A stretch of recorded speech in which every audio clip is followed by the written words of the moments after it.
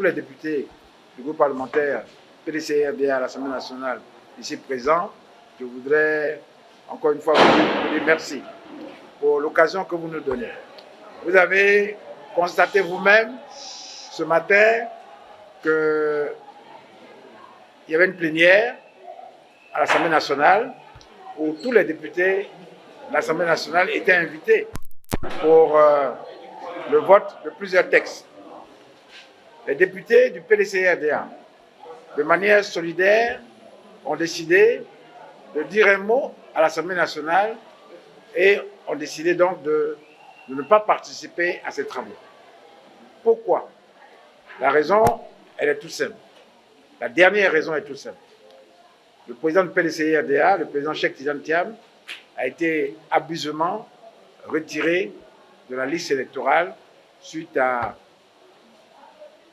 une procédure judiciaire en violation du droit. Nous ne pouvions pas accepter cette forfaiture pour la simple raison que cela fait plusieurs mois,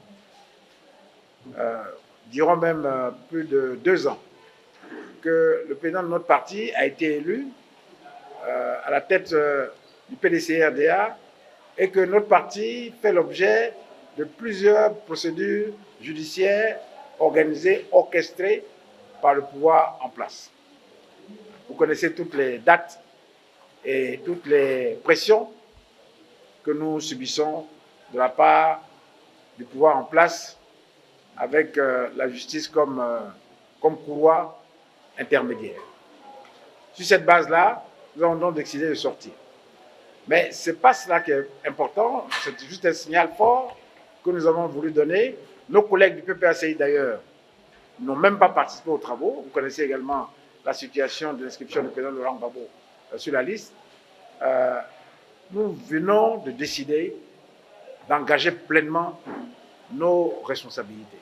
Vous savez que nous avons été élus par une bonne partie de la population ivoirienne qui compte sur nous pour pouvoir apporter notre contribution au retour de la paix définitive dans notre pays.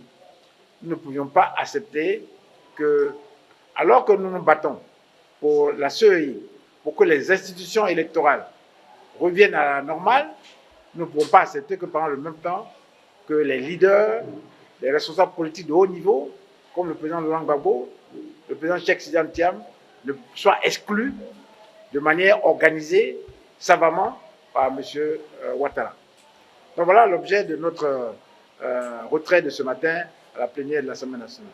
Donc attendez-vous simplement dans les prochains jours que l'ensemble des députés, l'ensemble des élus, en liaison avec le PDCI, avec notre parti, en liaison avec le PPACI, en liaison avec tous les partis membres de Cap Côte d'Ivoire, que nous nous organisions pour pouvoir vraiment nous mettre en face du parti au pouvoir pour qu'enfin ce dialogue puisse se mettre en place.